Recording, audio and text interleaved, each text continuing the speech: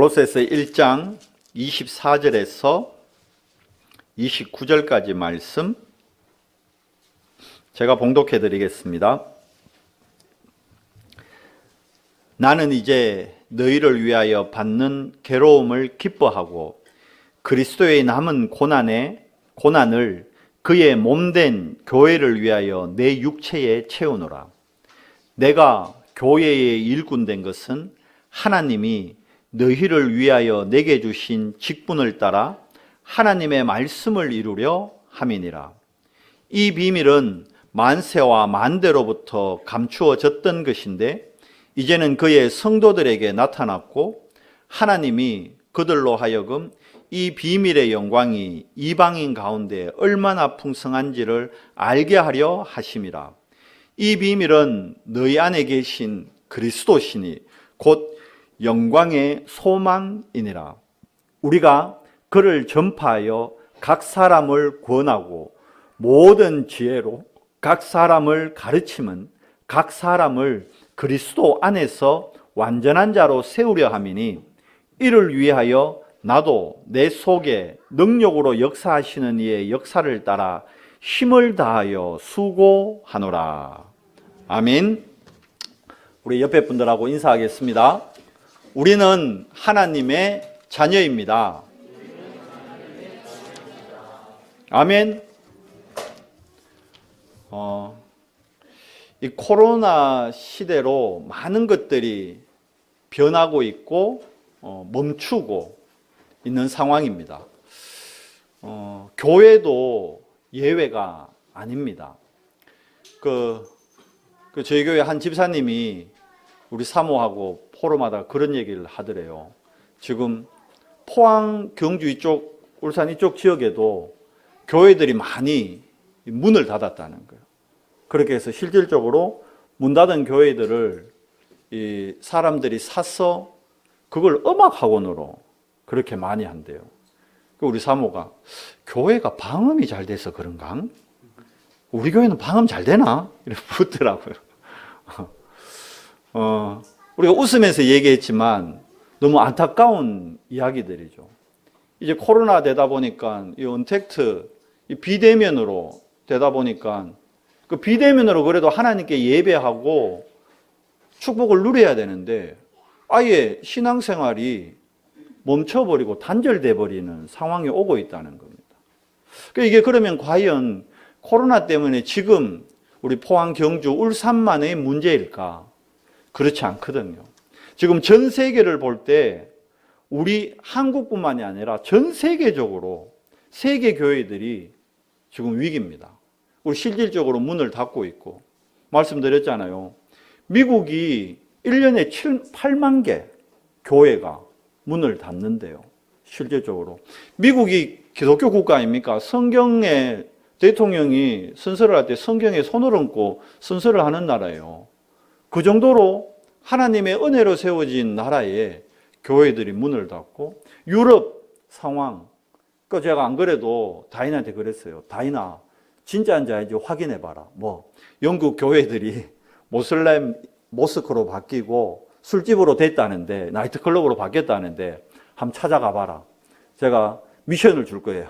그래서 그거 사진도 좀 찍어서 우리가 말로만 들었지 못 봤잖아요. 그래서 다인이 간 김에 확인을 해봐라. 진짜 영국 교회들이 그렇게 무너졌는지.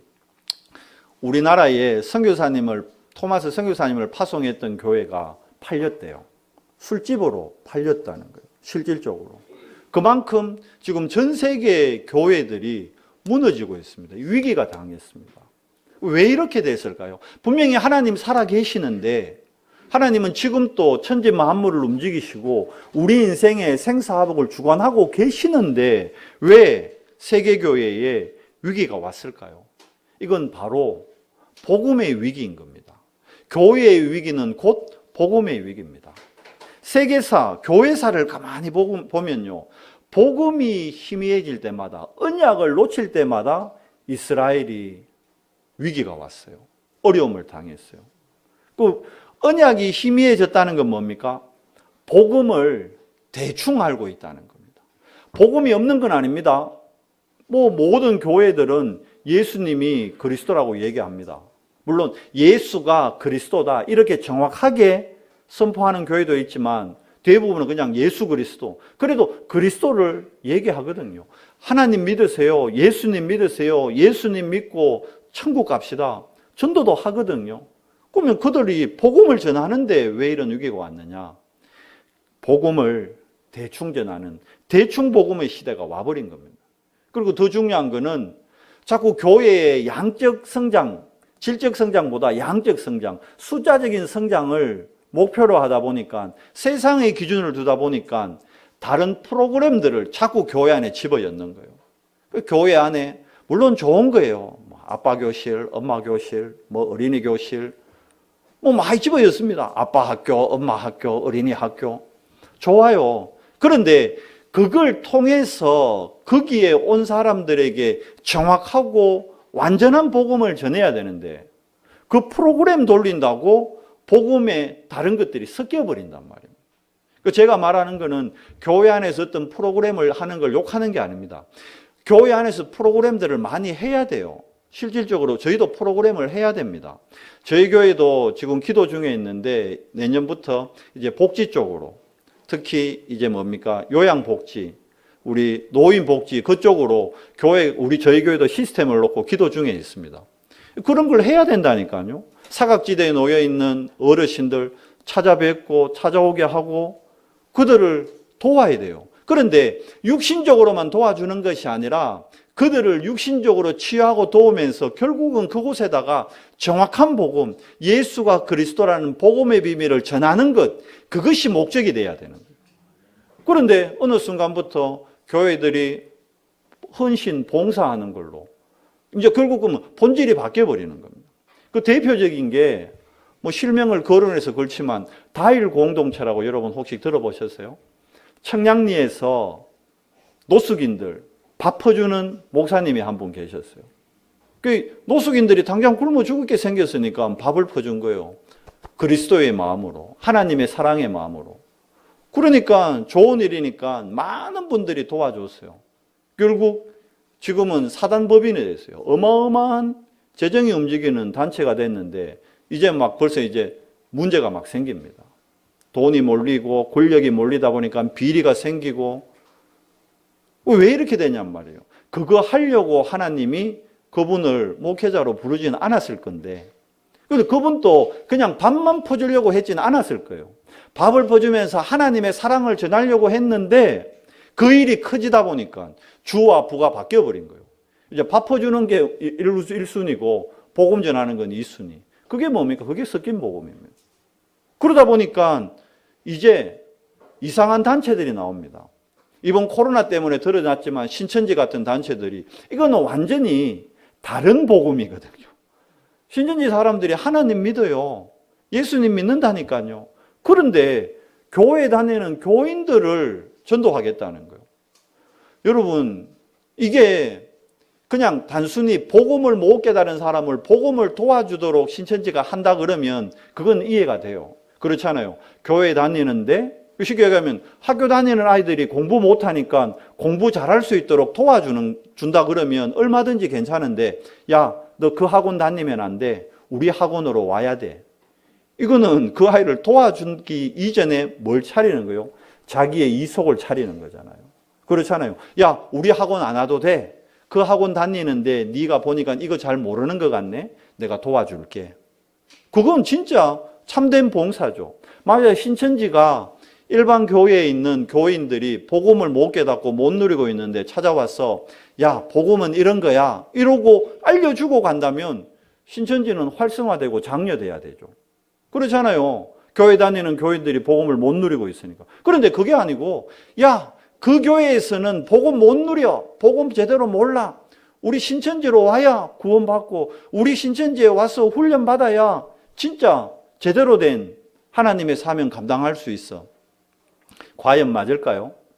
아닙니다. 그래서 많은 세상 사람들이 신천지에 넘어갈 수밖에 없는 이유가 뭐가 잘못됐냐? 교회관이 잘못돼서 그렇게 넘어가는 겁니다. 그래서 우리 오늘 말씀 제목이 뭡니까? 교회 중심입니다. 성경에서 말씀하는 과연 교회란 무엇이고 그러면 교회를 우리가 어떻게 섬겨야 되고 교회를 어떻게 알아야 되는가? 그러면 내가 속해 있는 우리 교회는 어떤 교회인가? 여러분이 거기에 대한 부분을 말씀을 통해서 확인해야 됩니다. 안 그러면 어떻게 됩니까?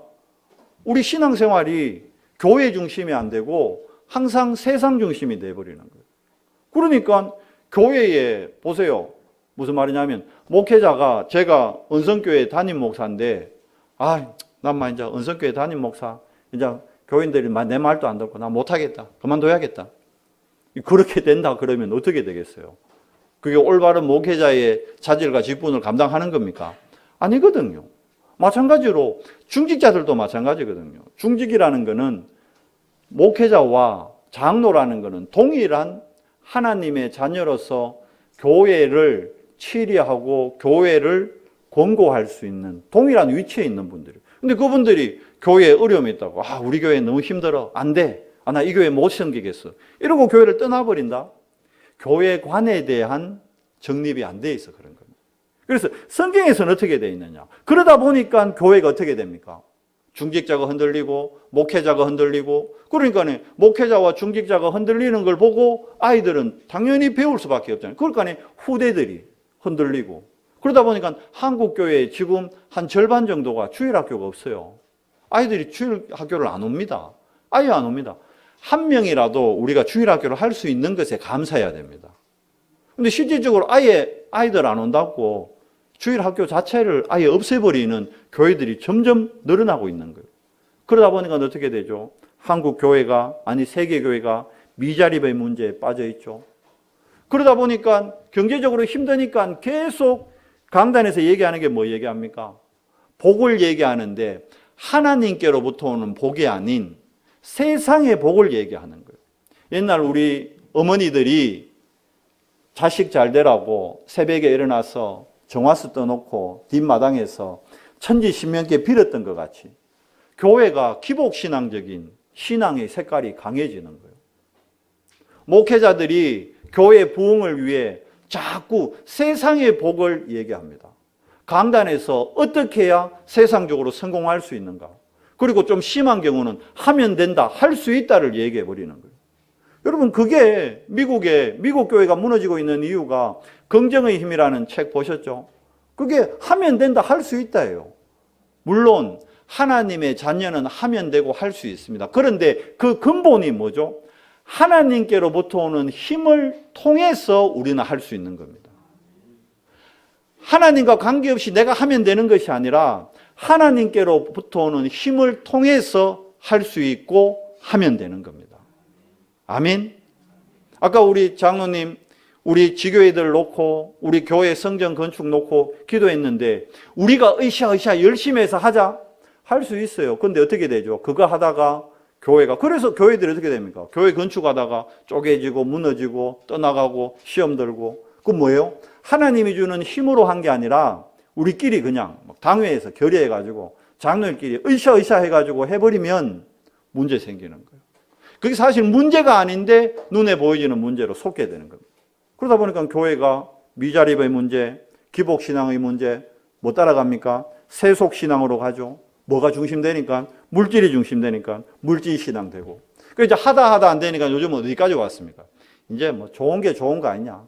통합종교 시대가 왔습니다. 모든 종교 똑같다. 그게 교회 안에서 지금 일어나고 있는 WCC입니다. WCC 뭐 헤비급 타이틀 이런 게 아니고 종교 통합이에요. 에큐메니칼 운동이에요. 그게 교회 안에서 일어나고 있다니까요. 한국의 모 교단은 그거 해야 된다는 거예요. 그것도 아주 큰 교단인데 장로교 안에서 진짜 큰 교단인데 WCC 해야 된다는 거예요. 종교 통합해야 된다는 거예요. 왜 그렇게 돼버렸습니까? 섞인 복음, 대충 복음.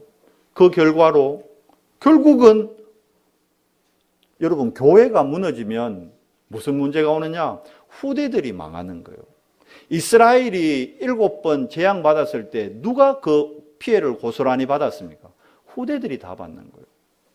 왜 다니엘이 포로로 잡혀갔습니까? 다니엘의 선대들이 이 교회의 축복, 예배의 축복 놓쳐버리니까 다니엘은 아무 잘못 없는데 포로로 잡혀가는 거예요. 우리 교회가 문제고 무너지면요, 아셔야 됩니다. 후대들이 멸망과 저주의 길로 끌려갑니다. 후대들이 망하는 겁니다. 그래서 사단의 전략은 교회를 흔들어서 누구를 공격하느냐? 후대들을 무너뜨리게 합니다. 후대가 무너진다는 건 뭡니까? 미래가 무너지는 거예요. 내일이 없는 겁니다. 그래서 우리가 더더욱 성경에서 말하는 교회의 본질 알아야 되고, 성경에서 얘기한 올바른 교회의 모습 회복해야 되는 겁니다. 그래서 오늘 그 부분을 말씀을 좀 보려는 겁니다. 오늘 골로새서 1장에는 24절부터 29절을 갔는데, 이게 누구의 고백이냐면 바울의 고백입니다. 교회를 위한 바울의 중심.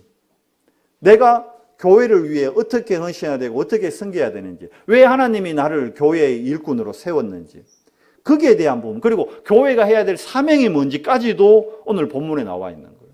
결론부터 얘기하자면 교회의 본질, 결론은 뭐냐? 교회가 해야 될 사명은 뭐냐? 28절에 분명히 얘기합니다.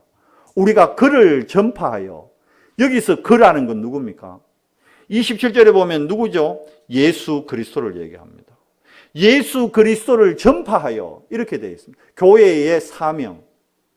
예수 그리스도를 전파하여 각 사람을 권하고, 여기서 각 사람이라는 건 뭡니까? 어두운 가운데 있는, 교회를 모르는, 하나님을 모르는, 그리스도를 모르는 각 사람을 권하여 모든 지혜로 각 사람을 가르치면 각 사람을 어디 안에서? 그리스도 안에서 어떻게 해요? 완전한 자로 세우려 함이니. 아멘. 이게 교회, 우리 교회, 은성교회의 지상 최대의 목표고, 우리 은성교회가 누려야 될 최고의 축복입니다. 이게 천명이고 소명이고 사명인 겁니다. 여러분 분명히 얘기합니다. 그리스도 안에서만 어떤 사람 돼요? 완전한 사람이 되는 겁니다. 근데 세상은 그렇게 안 가르치죠. 우리 아이들 당장 지난주에 수능 봤잖아요. 우리 고3 선생님들은 뭐라는지 알아요? 야, 좋은 대학 가야 네 완전한 사람 돼. 그렇게 가르칩니다. 대학 가면 교수님들 뭐라 그럽니까? 야, 프로젝트 같은 거, 리포트 같은 거 시키면서 야, 이거 잘해야 너 완전한 사람 돼. 맞는 말 같죠? 박사학위 받아. 그러면 너 완전한 사람. 박사학위가 그 사람을 완전하게 만든다고 착각시킵니다. 근데 오늘 본문에는 분명히 그렇게 안 되어 있습니다. 그리스도 안에 있어야만 완전한 사람이 되는 겁니다. 그렇다면 박사학위가 10개 있어도 그리스도 모르면 그 사람은 완전하다는 거예요? 완전하지 않다는 거예요? 완전하지 않다는 겁니다. 그러면 지식적으로만 그럴까요? 경제적으로 마찬가지예요. 우리는 경제적으로 부유하지 않다 보니까 돈만 있으면 다 될 것 같은 착각에 빠집니다. 돈만 많으면 완전한 사람이 된다고 착각합니다. 그래 따지면 빌 게이츠가 가장 완전한 사람에 가깝게요. 워렌 버핏이 맞잖아요. 가장 완전한 사람에 가깝게요. 우리나라에서는 이근희 씨가 가장 완전했겠네요. 아닙니다. 그게 착각이, 그게 거짓이란 말입니다. 그렇잖아요. 그러면 지금 이재용 회장이 가장 우리나라에서 완전에 가깝겠네요. 그럴까요? 아니다는 거예요. 박사 지식적으로, 경제적으로, 아니면 뭐 어떤 예술적으로 최고의 위치에 올라간다 해도 그리스도 모르면 그 사람은 완전하지 않은 거예요. 그럼 표현이 좀 이상하지만 반쪽짜리로 봐야 되는 거예요. 근데 우리는 안 그러잖아요. 재벌 앞에 가면 나도 모르게 수그러들고 작아지고, 박사님들 만나면 학적으로 내가 모자리니까 쭈그러들고 작아들고, 교수님들 만나면 왠지 초라해 보이고, 맞잖아요. 세상에 높은 사람들 만나면 위축되고, 그게 틀린 각인이, 틀린 기준이 우리 안에 들어와 있는 겁니다. 왜 그렇게 됐을까요? 교회에서 똑바로 배우지 못했기 때문에, 정확하게 알려주지 못했기 때문에. 바꾸고 얘기하면 성경에서 말씀하고 있는 완전한 인간의 기준을 놓쳐버린 겁니다. 분명히 오늘 말씀에는 뭐라 되어 있습니까? 그리스도 안에서만 우리는 완전한 자라 세움을 받게 됩니다. 지금 우리가 예배 드리는 이유가 완전한 자로 세움을 받는 시간인 겁니다. 이해가 되세요? 많이 배우고 많이 가지고 그건 나중 일이에요. 그리스도 안에서 우리의 전인격이 회복되고 치유되고 하나님의 형상으로 그건 이미지화 되어 가는 겁니다. 그걸 보고 성화라 그러는 거예요. 신학적으로. 그럼 언제 완전히 하나님의 사람으로 완전해지느냐? 그건 우리가 육신의 생을 다하고 천국 갈 때 그걸 보고 영화라 그럽니다. 완전히 이제 천국에서 완전한 자로, 완전체로. 그러면 주님 재림하실 때 우리가 부활하는데 그때 우리 몸도 천국을 갈 수 있는 완전체로 변화되는 거예요. 어떤 몸인지는 저도 아직 안 입어봤기 때문에 말씀은 못 드려요. 너무 많은 걸 저에게 물으면 안 됩니다. 목사님, 부활체는 저도 몰라요. 솔직히 제가 부활 안 해봤잖아요. 성경의 기준으로. 근데 완전해진다고는 말씀하고 있단 말입니다. 너무 곤란한 질문 하지 마세요. 목사님, 부활체에 대해서 좀 더 잘 몰라요. 저는 의학도 잘 모르고. 성경에서는 분명히 천국을 갈 때 지금의 우리 모습이 아니라 그랬어요. 또 예수님의 부활한 모습을 제자들이 봤는데 못 알아볼 정도였다니까요. 그렇잖아요. 그걸 유추해 볼 때 우리가 성경에는 분명히 되어 있거든요. 완전체로 천국을 가게 되는 거예요. 그러면 그때 우리가 완전해지는 거예요. 그 완전해지는 조건에는 학문도 경제도 지식도 아닙니다. 뭐 안에서? 그리스도 안에서. 이게 그리스도의 비밀입니다. 신비란 말입니다. 예수님의 탄생 자체가 신비잖아요. 어떻게 처녀가 잉태하여 알을 놓습니까? 우리 할머니들 그러죠. 아버지 어디 있겠지. 있다. 근데 예수님이 아버지가 어디 있으면 안 된다니까요. 예수님은. 이해되세요?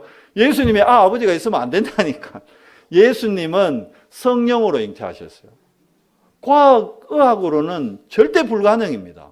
그런데 언약 안에서는 절대 가능입니다. 그래 하나님의 신비입니다. 그런데 이 신비를 복음을 모르면요, 이 신비가 신비주의가 되어버리는 거예요. 율법을 율법주의화 시켜버리는 거예요. 그거는 하나님을 인격적으로 못 믿으니까 뭐 쓰는 거예요? 머리 쓰는 거예요. 신앙생활하면서. 그걸 보고 인본주의라 그럽니다. 그래서 교회가 점점 더 어려워지고 신앙생활이 점점 더 어려워질 수밖에 없는 겁니다. 그래서 우리가 성경에서 말하는 교회의 본질 회복해야 됩니다. 자, 고린도전서 3장 16절에 보니까 너희가 하나님의 성전인 것을 모르느냐 물었어요.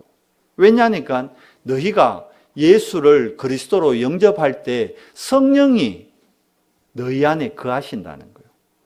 예수 그리스도를 영접할 때 그리스도가 인격적으로 내 안에 전인격적으로 들어오실 때 성령으로 들어오신다는 거예요. 그래서 성령이 너희 안에 계시는 걸 너희가 알지 못하느냐 그랬어요. 그래서 예수 그리스도를 영접한 구원받은 개인이 뭐라는 거예요? 교회라는 겁니다. 골로새서 오늘 1장 13절에도 분명히 얘기하십니다. 보세요. 골로새서 1장 13절 말씀 뭐라 되는지 알아요? 그가 우리를 흑암의 권세에서 건져내사. 여기 그가 누굽니까? 그리스도십니다. 그가 우리를 흑암의 권세에서 건져내사. 그러니까 원래 우리가 어디에 있었다는 거예요? 마귀 자녀로. 요한복음 8장 44절. 마귀 자녀 흑암의 권세 아래 있었는데 건져내서 그의 사랑에 어디로요? 아들의 나라로 옮기셨으니 우리가 교회가 된 거예요. 그리스도 안에서. 사도행전 20장 28절에도 교회의 본질, 구원받은 하나님의 자녀가 교회인 겁니다. 여러분, 우리가 교회예요. 그러니까 우리가 우리 몸을 성결케 하라, 거룩케 하라, 아껴라. 그게 왜 그랬습니까? 성령이 내 안에 계시고 예수님이 내 안에 계시단 말이에요. 귀에 한 분 모셔놓고 여러분 방에 부모님 모셔놓고 여러분 방문에 구멍 내놓고 빨대로 담배 피면서 방 안에 부모님한테 연기 이렇게 불어여 넣는 놈을 보고 뭐라 그럽니까? 이런 불효자식. 맞아요, 안 맞아요? 맞아요, 안 맞아요? 예수님이 여러분 안에 계셔요. 근데 그 빨대로 여러분 폐에다가 계속 니코틴을 예수님이 뭐 담배 핀다고 아이고 답답하다 이래 말씀하시진 않죠. 그러나 이제 비유적으로 얘기하는 겁니다. 담배 피지 말라는 거는 건강 때문에 여러분 담배 피지 말라는 거예요. 예수님 믿어도 담배 피도 돼요. 담배 피세요. 지금 안 끊어지시는 분 막 지금보다 더 열심히 피세요. 건강이 안 좋아서 그러는 거예요. 이 안에 예수님이 야 담배 피지 마라 답답하다 그런 말 안 하셔요. 성령께서 뭐 얘기하십니까? 안 하셔요. 영이기 때문에. 근데 우리 몸을 아끼기 위해서 백해무익합니다. 담배는 정말 안 좋아요. 그래서 피지 말라는 거예요. 그러니까 우리 몸을 성결케, 정결케 하라는 거는 우리 몸이 뭐니까? 그리스도의 전이니까. 그러니까 구원받은 개인이 교회입니다. 또 마태복음 18장 18절에서 20절 보니까 복음 가진 사람이 모인 곳이 교회예요. 두세 사람이 모여 함께 기도할 때 내가 너희와 뭐 하리라? 함께 하리라. 그래서 복음 받은 자들이 현장에 모일 때 그곳이 어디가 됩니까? 교회가 되는 겁니다. 그리고 내가 있는 현장이 교회예요. 사도행전 18장 1절에서 4절을 보니까 브리스길라 부부와 바울이 만납니다. 그 현장이 고린도의 그 현장이 어디가 됩니까? 그 현장이 바로 교회가 되는 겁니다. 그래서 고린도서 16장 19절 브리스길라 부부의 집이거든요. 브리스길라의 집을 보고 뭐라 하느냐 하면 교회라 그래요. 그 구원받은 성도가 있는 현장이 뭐다? 교회다. 여러분 집이 그러면 뭐다? 교회다. 여러분 회사가 뭐다? 교회다. 여러분 학교가 뭐다? 교회다. 우리 학교는 불교재단인데요. 나 위덕대 다니는데. 근데 내가 하나님 자녀면 그것이 교회 되는 거예요. 이해되세요? 그리고 뭐가 교회입니까? 성도가 예배드리게 모여 있는 교회당, 여기가 교회예요. 우리가 지금 어디 모였습니까? 포항 은성교회당 교회로 모인 거예요. 아멘. 그래서 교회가 중요한 겁니다. 그래서 모이는 교회, 흩어지는 교회, 현장 교회, 나눠지는 거예요. 그중에 제일 중심이 되는 축을 잡아줘야 되는 게 뭡니까? 모이는 교회, 로컬 교회. 그래서 우리가 성전을 놓고 기도하는 겁니다. 다섯 번째로 뭐가 교회입니까? 천국이, 우리가 육신의 생을 다하고 우리 영혼이 갈 천국이 영원한 교회입니다. 그래서 우리의 신분권이 어디에 있다고요? 천국 시민권, 천국에 있다는 겁니다. 우리가 예수 그리스도 영접하는 순간, 여러분 그리스도를 영접하는 순간 여러분 이름이 천국 호적등본에 딱 기록된 거예요. 이외탁 이래가지고 천국 딱 호적등본에 딱 올라가 있는 겁니다. 안 바뀌어요, 그거는. 모세가 이걸 알았다니까요. 그러니까 하나님이 이스라엘 백성 우상숭배에서 다 치려고 할 때 모세가 하나님 이스라엘 백성 저것들 다 치기 전에 천국 생명책에서 내 이름부터 지워주십시오, 그러면. 그 모세는 알았던 거예요. 천국 생명책에 자기 이름이 기록되어 있는 걸. 그 영원한 교회, 천국입니다. 이 천국은 하나님의 자녀가 뭐 됐어요? 원네스 돼서 가는 곳입니다. 그래서 교회의 축복 뭡니까? 위드 임마누엘 원네스입니다. 우리 교회가 어떤 교회 돼야 됩니까? 하나님과 함께하는 교회. 우리와 그리스도가 하나님이 누리는 임마누엘의 교회. 그리고 정말 모든 성도들이 원네스 하는 교회. 교회의 본질 아시겠죠? 잊어버리면 안 됩니다. 알려줘야 돼요. 여러분 가정에, 여러분 현장에 교회가 뭔지 모르는 분들에게 알려주시기 바랍니다. 자, 그렇다면 역사적으로 볼 때 교회는 언제 시작됐느냐? 이스라엘이 애굽에서 출애굽에 나오자마자 하나님이 노예에서 해방된 이스라엘에게 명합니다. 뭐라고요? 성막을 만들어라. 애굽에서 막 북이 영화를 누리다가 금이 환영하는 게 아니에요, 지금. 노예살이 하다가 겨우 해방돼서 나오는 거예요. 나무집 종살이 하다가. 뭐 있겠어요? 아무것도 없어요. 근데 그 이스라엘을 보고, 야, 너가 있는 거 다 내놔라. 그 표현이 어떤 분이라고요? 완전 이거 칼만 안 들었지 강도 같다고. 다 내놔라니까. 그게 아니에요, 지금. 하나님이 다 뺏어가는 게 아닙니다. 뭘 위한 거죠? 근성을 버리게 하는 거예요. 종의 근성, 노예 근성, 포로 근성, 그 근성을 깨트리기 위해서 뭐냐면 하나님 바라보고 하나님 살아계심의 능력을 체험하라고 너희가 감춰뒀던 거, 뭐 사투리로 너가 꿈을 쳐놓은 거 있지? 그거 꺼내놔라는 거예요. 그걸로 뭘 하라? 성막을 만들라. 이 성막 안에는 뭘 의미하고 있느냐? 성막에 지금 나오죠? 언약궤가 있고 떡상이 있고 등대가 있고 여기에 다 비밀이 있는 겁니다. 이걸 통해서 이스라엘 백성들, 종되었던 이스라엘 안에 각인되어 있는 노예근성, 포로근성, 거지근성 이거를 바꾸는 겁니다. 뇌에 각인된 걸. 그걸 바꾸기 위해서는 뭐 해야 됩니까? 하나님하고 소통해야 되는 거예요. 그래서 기도의 비밀이 포함되는 겁니다. 그래서 이 성막 안에 있던 모든 장치들 하나하나에는 기도의 비밀이 들어가 있는 겁니다. 자, 성막의 가장 깊은 곳, 지성소 안에 뭐가 있습니까? 언약궤가 있습니다. 그러면 이 언약궤는 뭘 얘기합니까? 언약을 얘기하는 거예요. 언약궤 안에 뭐가 있었습니까? 돌판 2개, 돌비 2개, 뭡니까? 십계명 들어있었어요. 그리고 항아리가 있었는데 이거는 만나가 들었던 항아리. 이스라엘 백성이 40년 광야 생활하는데 하나님이 먹이고 입히시고 다 하신 거예요. 그리고 마지막으로 아론의 상난지팡이. 이 3가지를 언약궤 안에 넣어놨어요. 뭘 얘기합니까? 언약만 붙잡고 언약만 회복하면 40년이 아닌 네 일평생을 내가 책임지고 인도한다. 문제가 왔다. 여러분 뭐 회복하면 돼요? 언약 딱 붙잡으면 돼요. 이게 첫 시작입니다. 언약 기도가 모든 기도의 시작입니다. 우리가 오늘 예배하는 이유도 한 주간 현장에서 놓쳐버렸던 희미해져 가던 언약을 다시 한번 확인하고 나를 점검하는 시간입니다. 이 시간 뭐 붙잡아야 될까요? 언약 딱 붙잡는 겁니다. 언제요? 지금요. 지금이 많은 시간입니다. 예배입니다. 그게 뭐죠? 떡상이요. 떡상. 예수님이 직접 얘기합니다. 예수님이 광야에서 40일 금식 기도했을 때 사단이 딱 찾아오죠. 그래서 예수님 쫙 공격하잖아요. 첫 번째 공격이 뭡니까? 돌덩어리 주면서 이 돌 가지고 너 떡 만들어 먹어라. 근데 예수님이 뭐라고 얘기하십니까? 사람이 이 떡으로만 살 것이 아니라 뭘로요? 하나님의 말씀으로. 그래서 여기에 떡상은 뭘 얘기하느냐? 하나님의 말씀을 의미합니다. 그러면 그 말씀이 언제 선포됩니까? 예배 때. 언약과 함께. 그래서 예배 기도. 언약 기도만큼 중요한 것이 예배 기도입니다. 예배 때 언약을 확인하고 붙잡고 누리는 시간입니다. 그러면서 이 언약 가지고 어디로 돌아갑니까? 나의 집으로, 나의 처소로. 이제 뭐 합니까? 그때 나오는 게 등대입니다. 등대. 등대에 불을 밝히라. 24시간 불을 밝히라. 내 언약 가지고 나의 현장에서 뭐 하는 겁니까?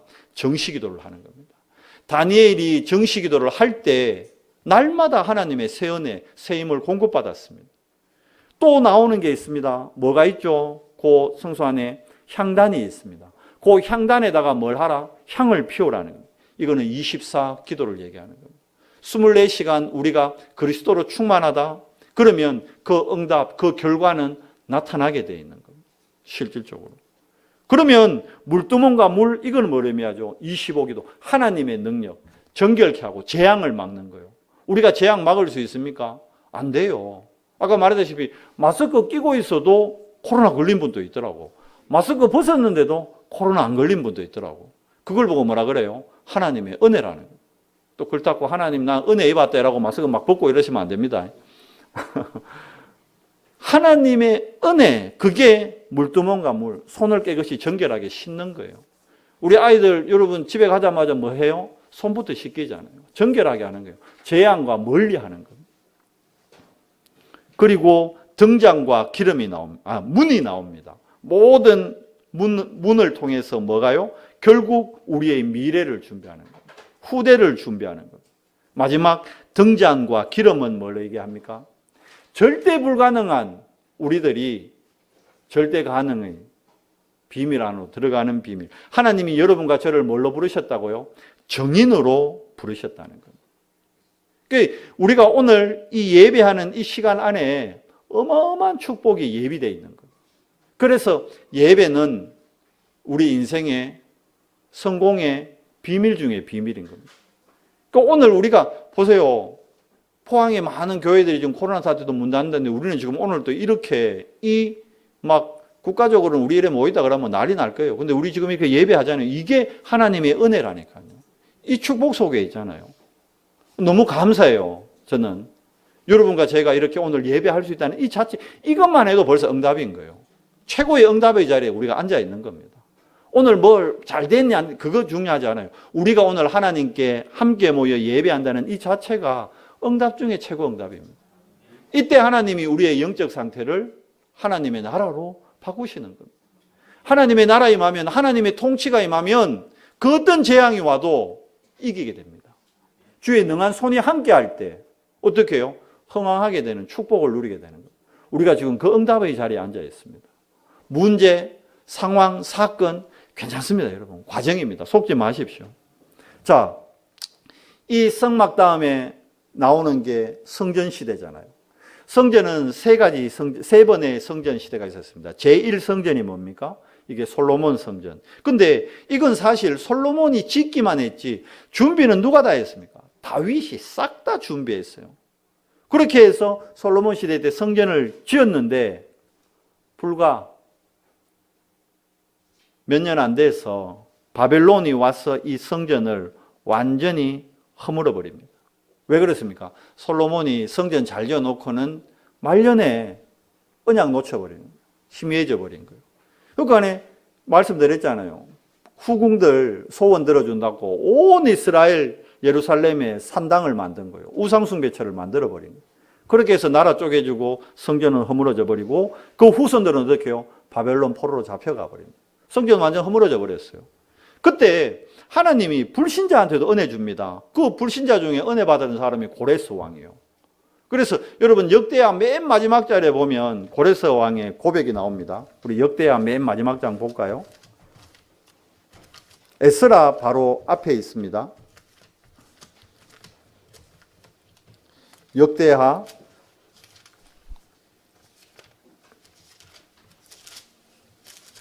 에스라 선지자, 학개 선지자가 성전 건축하잖아요. 근데 어떻게 되냐면 역대하 36장 23절 말씀 보겠습니다.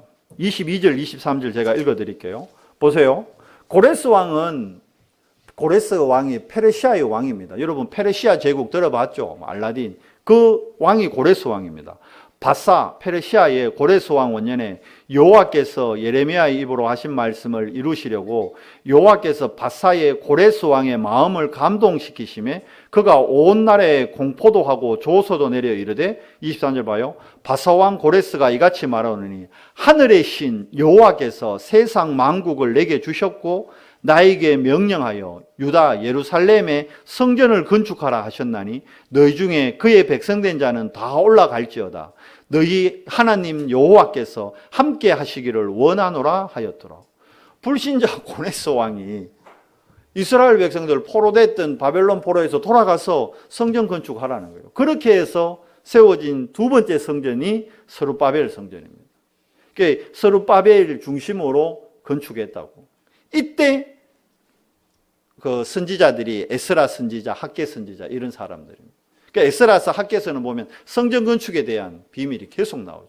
이때 만들어졌던 성전이 제2성전, 스룹바벨 성전. 근데 이 성전도 결국 또 어떻게 됩니까? 허물어져요. 불타버려요. 애굽이 와서 무너져 버립니다. 그렇게 해서 세 번째 세워진 성전이 제3성전, 여기가 헤롯 성전입니다. 누가 지었죠? 헤롯 대왕이. 이때는 이제 예수님 태어나기 바로 직전이에요.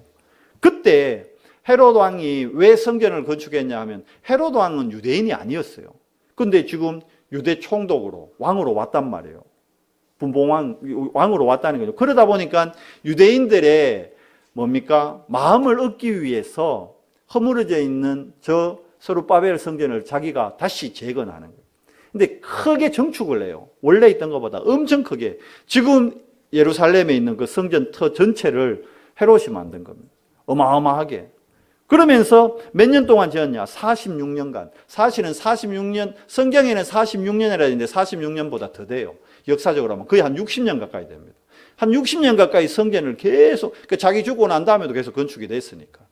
그렇게 해서 성전을 건축했는데 이 성전이 AD 69년에 완전히 돌 위에 돌 하나도 나지 않고 허물어져 버립니다. 왜? 예수님이 예언했거든요. 헤롯이 46년 동안 쌓았지만 3일 만에 허물어지래요. 허물어졌어요. 진짜로. 역사적으로 로마 티투스 장군, 성경에는 디도라 되어 있죠. 디도 장군이 와서, 티투스 장군이 와서 이 예루살렘 성전이 완전히 헤롯 성전이 허물어져 버립니다. 로마 군인들이 성전에 있던 금 다 탈취해 갔거든요. 근데 왜 돌 하나도 남지 않았느냐? 이제 학설이 두 가지가 있어요. 첫째는 금이 더 있을 텐데 이거 완전히 다 금이라 그랬는데 금이 생각보다 적게 나왔어. 그러니까 소문이 이 성전 돌 벽 있잖아요. 성벽 돌 밑에다가 금을 숨겨놨다. 그런 소문이 나는 거예요. 그렇게 해서 돌 하나하나 다 이제 치우면서 금을 찾다 보니까 허물어졌다는 설이 있고, 두 번째는 디도 장군이 함락하면서 다 불질러라 해가지고 성 자체를 불질러 버려요. 그러다 보니까 성전 기둥에 금을 도금을 해놨는데 그게 녹으면서 돌 사이로, 성전 돌 사이로 스며들어가 버렸다는 거예요. 그러니까 불질러 놨지만 금은 찾아야 되잖아요. 그러다 보니까 야, 저 금 가져가자.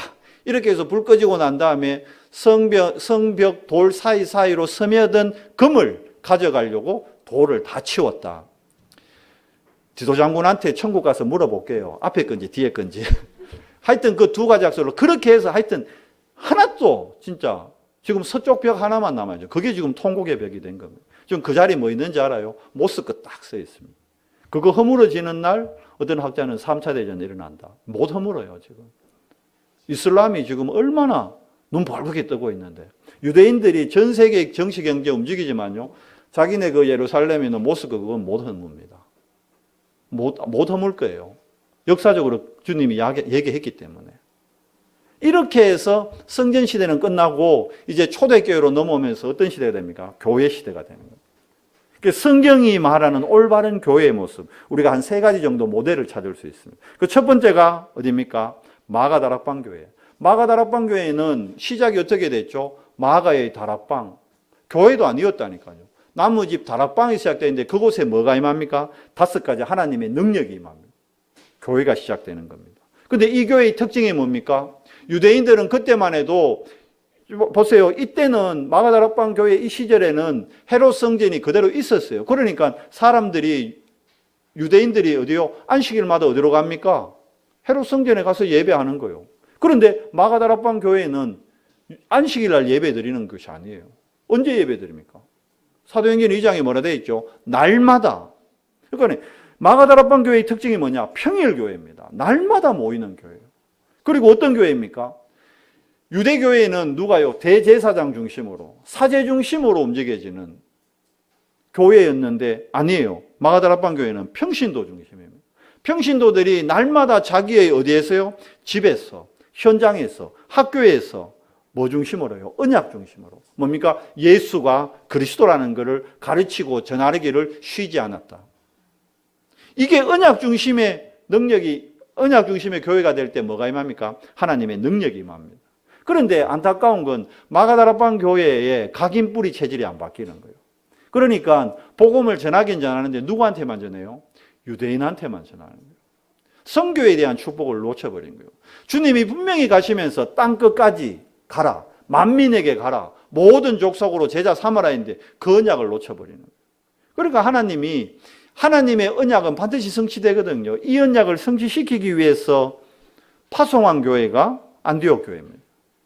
사도행전 11장에 보면 뭐라 되어 있습니까? 스데반의 환난으로 인하여 흩어진 자들이 안디옥에 이르러 이렇게 됩니다. 그러니까 환난으로 흩어진 자들이 모여서 시작된 교회 안디옥 교회.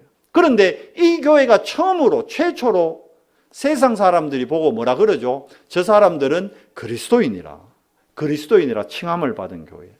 그리고 이 안디옥 교회가 드디어 선교의 문을 엽니다. 최초의 선교사 5인 1조 바울과 바나바와 헤롯 왕, 반부모 헤롯의 젖동생 마나엔과 그리고 노예였던 사람들, 흑인인 사람들, 구레네 사람. 그러니까 도저히 있을 수 없는 만남의 축복을 통해서 선교의 축복을, 선교사를 파송한 교회. 그게 안디옥 교회입니다. 그래서 이 안디옥 교회의 축복의 대열 속에 여러분과 제가 함께 있는 거예요. 그래서 우리가 지금도 뭐 하는 겁니까? 세계복음화라는 하나님의 목표를 두고 우리가 이 언성교회가 함께 기도하는 겁니다. 그러니까 세계복음화를 위해서 오늘 나의 현장에서 뭐 하는 거예요? 가정복음화, 내 개인복음화, 그리고 우리 가문복음화, 내가 있는 직장복음화. 우리 있는 지역 포항부터 살리자는 거예요. 포항의 50만 영혼을 복음으로 살리자. 포항복음화가 곧 세계복음화, 세계복음화가 곧 포항복음화, 우리 가정 가문복음화가 곧 세계복음화. 우리 후대 복음화가 곧 세계 복음화. 우리가 이 언약이 되어 있는 겁니다. 이걸 누렸던 교회들이 마게도냐 교회이고 로마 교회입니다. 그러니까 어디에 했어요? 집에서 다 시작하잖아요. 루디아의 집에서, 야손의 집에서, 브리스길라 부부의 집에서. 이 집들이 나중에 뭐가 됩니까? 지역을 대표하는 지교회가 됩니다. 그래서 뭘 바꾸죠? 문화를 바꿉니다. 그러면서 이제 성전을 건축하는 홀리메이슨의 축복을 누리게 되는 거죠. 말씀을 맺겠습니다. 교회에서 이제 주의할 게 있겠죠, 그러면. 왜 교회 신앙생활 하다가 무너지고 시험 들고 착각하느냐? 사단의 함정에 빠져서 그렇습니다. 그럼 사단의 함정 중에 가장 큰 게 뭘까요? 교회에서 누구 말 들어야 될까요? 사람 말 들어야 될까요? 하나님 말 들어야 될까요? 다 알잖아요. 근데 여러분, 하나님 말씀 듣고 시험 드는 사람 있어요, 없어요? 없어요. 근데 시험 들었다는 건 뭐예요? 사람의 말 들었다는 거예요. 이해되세요? 목사님 시험 들어서 저 도저히 신앙생활 못하겠네. 이거 하나님이 시험 줍니까, 여러분한테? 아니에요. 사람 말 듣고 인간관계에서 시험 받았다는 거예요. 그렇잖아요. 재밌는 얘기 하나 해드릴까요? 우리 오산 다민족교회 유치원 목사님이 그러더라고. 그 오산 그쪽에 다민족교회에 확진자가 나와버렸어요. 그러니까 구청에서, 이제 시청에서 나왔어요. 나와가지고 시관계자하고 차를 마시더라고요. 그러면서 이제 붙였어요. 모집 공고 딱 붙였어, 교회 앞에. 유치원 목사님, 예배해야 됩니다. 아니, 지금 확진자도 나오고 이렇게 돼 있는데, 약간 유 목사님이 그 시청 직원 보고 그랬대요. 저는 목사입니다. 예, 이렇게. 목사가 시장 말을 들어야겠습니까? 하나님 말을 들어야겠습니까? 그래서 그 공무원이 하나님 말 들어야죠. 그래, 맞죠. 난 목사입니다. 그러니까 나는 시장님 말 대신 하나님 말 듣겠습니다. 하나님 말에 예배하라 그랬습니다. 예배 또 드렸대요. 붙여 있는데. 벌금 내면 되지. 벌금 내고 예배 드리겠다는. 교회가 부흥하고 성장하는 데는 목회자의 믿음이 중요하구나. 근데 기도하고 있습니다. 빨리 시청에서 안 찾아오나 제가 좀 기도하고 있어요. 그래야 저도 한번 할 거 아닙니까? 아니, 공무원 보고 할 거 아닙니까? 저 목사인데 제가 포항시장님 말을 들어야 됩니까? 하나님 말을 들어야 됩니까? 누구 말 들어야 돼요? 목사인데 하나님 말씀 들어야 돼요. 하나님 말씀이 뭐라 했어요? 예배하라 그랬다. 사람의 말 들으면 안 돼요. 우리 자꾸 사람의 말 듣고 속습니다. 맞죠? 사람의 말 듣고 속고 사람의 말 듣고 시험 들어요. 시험 들었는데 누구 때문에 시험 들었어요? 사람 말 때문에. 인간관계 때문에. 속은 거예요. 이거 제일 주의해야 됩니다.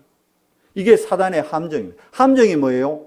빠지면 못 나오는 거예요. 한번 시험 들면 못 나오면 결국 교회 떠납니다. 그래서 조심해야 돼요. 주의해야 됩니다. 두 번째 뭡니까? 틀 깨트려야 됩니다. 아까 얘기했죠? 율법주의, 신비주의, 인본주의. 이 틀이 알게 모르게 원한테 있는 거예요. 그러니까 막 정죄하고 비판하고 아니에요. 우리가 누구를 비판합니까? 누구를 정죄합니까? 하나님의 은혜로 구원받은 우리. 부족한 사람이 있으면 섬기고 도와야 돼요.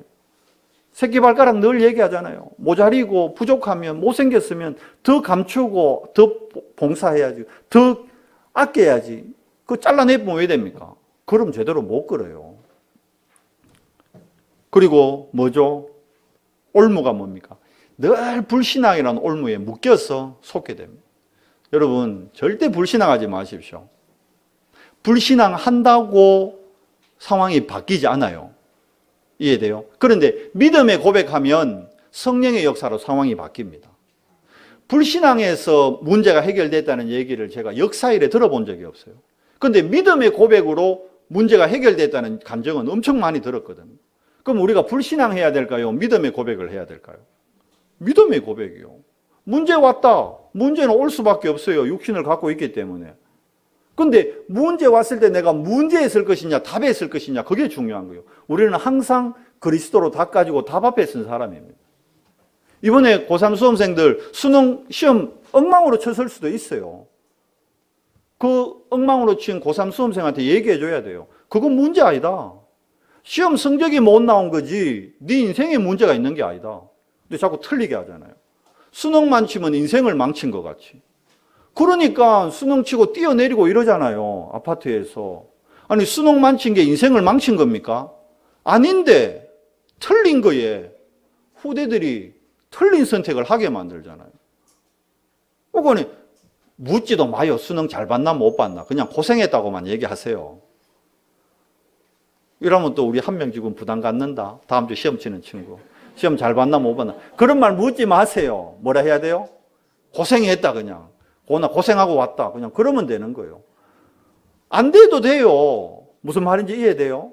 우리 자꾸 착각합니다. 그거 안 되면 큰일 난 것 같지. 수능 못 칠 수도 있죠. 수능을 못 친 거지 인생을 못 친 게 아닙니다. 근데 세상에 틀린 기준으로 자꾸 틀린 잣대로 속이면 안 돼요. 고나 시큰 누리면서 시험 쳐버려요. 그러니까 하나님의 역사를 체험하려면 이번에 안 돼야 되는데. 아닙니다. 이거는 그냥 농담을 하는 얘기고. 잘 치고 못 치고 그게 중요한 게 아니라니까요. 하나님의 뭘요? 계획을 보면 되는 거예요. 계획을 찾으면 되는 거예요. 우리 후대들을 그 눈으로 봐야 됩니다. 실질적으로 그렇게 모든 문제 사건을 봐야 어떻게 해요? 불신앙이 아닌 믿음의 고백으로 그렇게 해야 나를 먼저 살려요. 나를 살려야 나와 함께하는 사람을 살릴 수 있습니다. 나를 죽여놓고 어떻게 나와 함께하는 사람을 살립니까? 절대 여러분 어떤 상황, 가정에 문제 올 수 있습니다. 지금 질병 올 수도 있어요. 어느 날 여러분 병원 가는데 암떡 진단 받을 수도 있다니까요. 불신앙하지 마십시오. 암이 왔다 할지라도 불신앙하지 마십시오. 불신앙 안 하고 믿음의 고백하면 그 암이 여러분 인생에 전도자의 삶을 못 무너뜨립니다. 근데 불신앙이 시작하면 환자들이 결국은 병에 잡혀가지고 죽는 거예요. 병이 환자를 죽이는 것이 아니고 자기의 생각이 죽이는 거예요. 속지 마시기 바랍니다. 불신앙하지 말기 바랍니다. 그러면 우리가 찾을 건 뭘까요? 안 바뀌잖아요. 각인이. 그래서 복음 각인하는 거예요. 뭘로? 오직 그리스도로. 말씀에 뿌리 내리는 겁니다. 하나님의 나라. 기도 체질로 되는 겁니다. 오직 성령 충만. 그러면 우리가 누릴 건 뭡니까? 지금 누리고 있잖아요. 예배 성공하는 겁니다. 그리고 말씀의 흐름 속에 있는 겁니다. 그리고 기도의 비밀 누리는 겁니다. 그러면 어떻게 됩니까? 현장 정복의 증인이 됩니다. 기도하세요. 하나님 정말 내 삶의 다락방, 미션홈, 지교의 응답 누리게 해주시오. 다락방이 하다가 중단됐다 다시 회복하세요. 다락방 할 데가 없다. 나 홀로 다락방부터 하세요. 하나님의 은혜부터 누리세요. 그러면 하나님이 하나님의 일을 이루십니다. 하나님 나라의 일의 증인으로 하나님이 여러분과 저를 부르셨습니다. 이번 한 주간 동안도 정말 모든 걸 선택하고 결정할 때 교회 중심으로 선택하고 결정하는 원성교회 지체들 되시기를 예수 그리스도 이름으로 축원합니다. 하나님 감사합니다.